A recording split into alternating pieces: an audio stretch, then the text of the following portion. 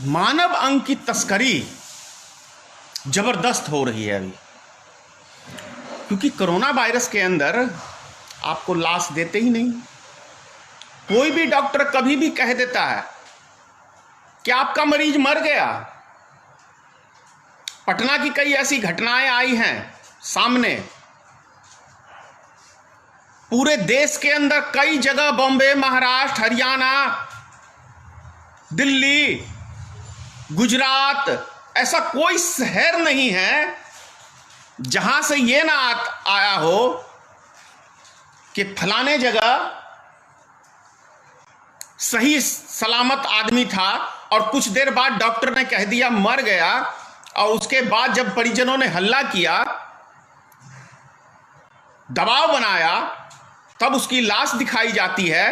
तब पता चलता है कि शरीर का चीर फाड़ यानी पोस्टमार्टम किया गया है और उसके शरीर से कई तरीके की किडनी, दिल, तमाम तरह की आंखें उनकी निकाल ली गई है।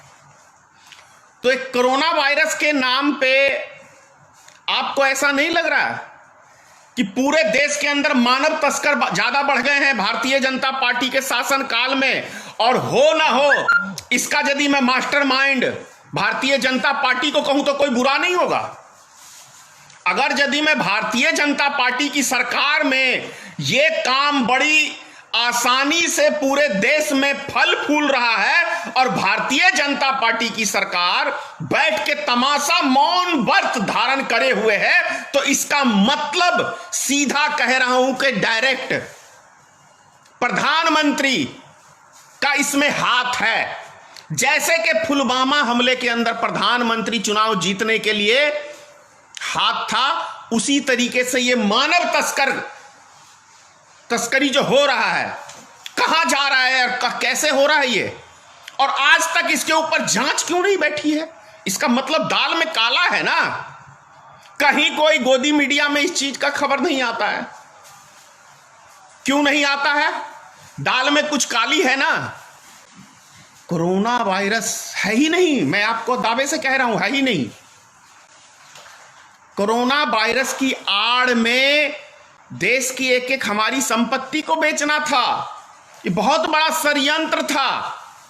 कभी आपने सुना है, आज 6 महीने से लगभग हो गए, 6 महीने के दरमियान 7 महीना होने जा रहा है, 7 महीने के दरमियान में कभी आपने सुना कि कोरोना वायरस से किसी मरीज की रोड पे मृत्यु हो गई हो? एक भी मरीज का पूरे भारत में कोई उदाहरण दे सकता है? नहीं दे सकता है। हॉस्पिटल के अंदर जाने के बाद मृत्यु होती है और लाश दिया ही नहीं जाता। क्यों नहीं दिया जाता? ऐसा ही दरभंगा में एक जिला परिषद का, उसको था ही नहीं कोरोना वायरस और उसको कह दिया कोरोना वायरस है। सरकारी अस्पताल की बता रहा हूं आपसे, काफी हंगामा हुआ, हम लोग भी गए वहां। क्योंकि रंग क्या है, भारत के अंदर एक रंग देना है। हॉस्पिटल के अंदर भी एक बड़ा षड्यंत्र रचा जा रहा है कि कैसे आपको हिंदू मुसलमान करना है। ये डायरेक्शन है, भारत सरकार का डायरेक्शन है, भारत सरकार का डायरेक्शन है ये। यदि भारत सरकार का डायरेक्शन नहीं है तो भारत सरकार को क्विक एकदम एक्शन लेना चाहिए था ऐसे प्रशासन के ऊपर, ऐसे हॉस्पिटलों के ऊपर। यदि सरकार खामोश है, सरकार आंख बंद करके तमाशा देख रही है, तो यह समझ लेना कि सरकार की इसमें मिली भगत है, इसीलिए वो तमाशा देख रही है। वरना यदि किसी की सरकार हो, सरकार चाहे कांग्रेस की हो, किसी की हो, मैं इससे बहस नहीं करता, लेकिन यदि सरकार कोई तमाशा देख रही है और सरकार के नीचे से सारे काम हो रहे हैं, तो इसका मतलब है सरकार उस काम में लिप्त है, उस काम में संगीन है। अगर प्रशासन के सामने कोई काम गलत हो रहा है तो इसका मतलब है प्रशासन वहां देख रही है, प्रशासन की उसमें मिली भगत है। यदि हॉस्पिटल में कोई गलत काम हो रहा है और हॉस्पिटल के कर्मचारी या सारे स्टाफ तमाशा देख रहे हैं, तो मतलब है मिली भगत है। ये समझना पड़ेगा हमें।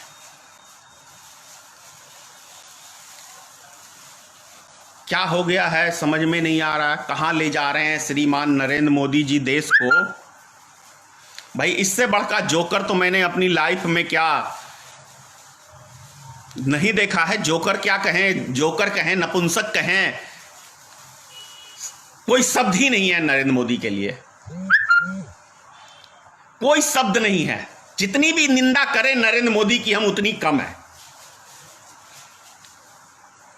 निंदा की तो कोई इसकी सीमा ही नहीं है, क्योंकि ऐसा बेशरम, बेइहात, बदतमीज प्रधानमंत्री ना तो भारत के इतिहास में कभी हुआ है और ना कभी भविष्य में होगा।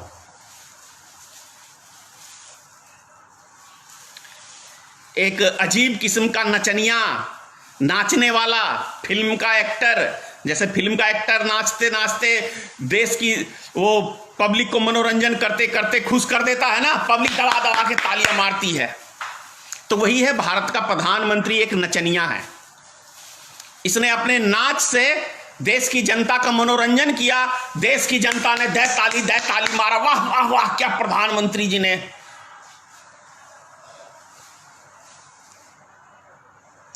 क्या कुछ गलत है? नाच ही दिखाया था ना, नहीं नाच दिखाया था। इतना तो एक अच्छा एक्टिंग क्या कहते हैं फिल्म में हीरो भी नहीं कर सकता है जो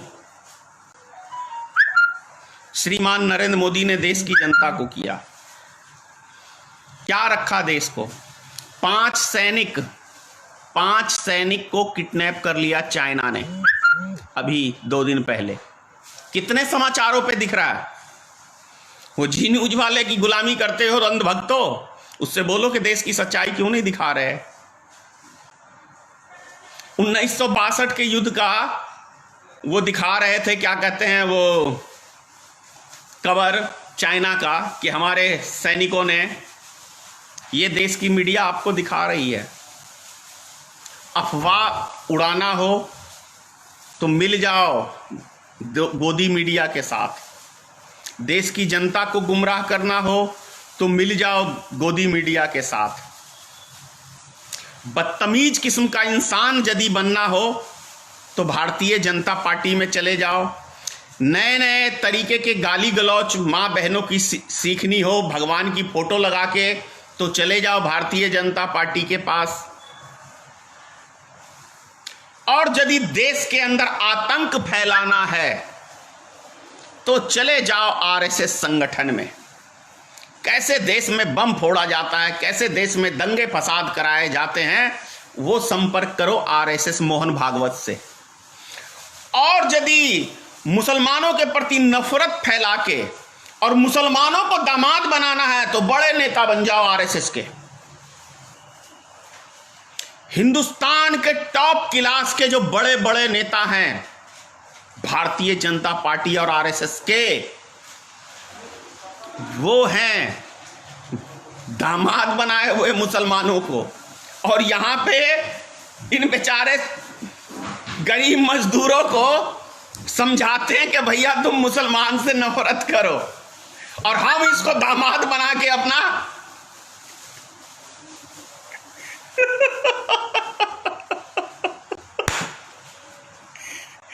कमाल है भाई, कमाल है। अरे भाई कब दिमाग आएगा आप लोग के पास यार। इतनी सी राजनीतिक तो समझो कि जो आपको मुसलमानों के प्रति नफरत फैला रहे हैं, आपको उस्का रहे हैं, वो मुसलमानों को दामाद बना के घर में बिठाए हुए हैं।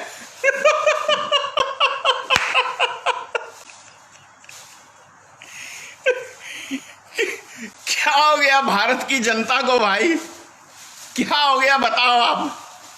हाँ? आपको भगवा झंडा थमा दिया है, जय श्री राम करो।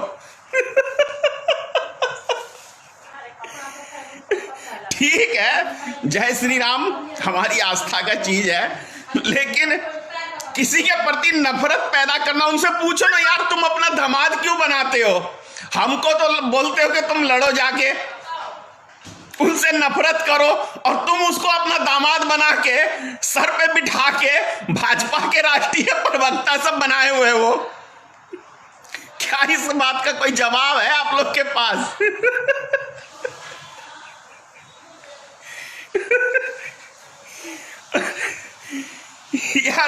इतनी सी राजनीतिक इस देश की जनता को क्यों नहीं समझ में आती भाई?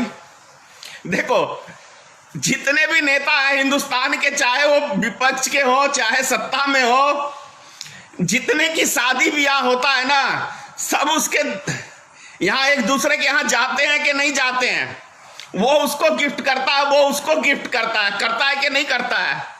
और तुमको जमीन पे बोला हुआ है तुम साले एक दूसरे से नफरत करो, यानी आप लड़ो और मरो, और हम जो है। नेशनल दस्तक की आपसे गुजारिश है कि अगर इसको बचाना चाहते हैं तो नेशनल दस्तक को सब्सक्राइब करने के लिए रेड कलर के सब्सक्राइब बटन को दबाएं, फिर बेल आइकन की घंटी दबाएं। नेशनल दस्तक को बचाने के लिए बहुत जरूरी है कि हर खबर को शेयर करें, लाइक करें, कमेंट जरूर करें।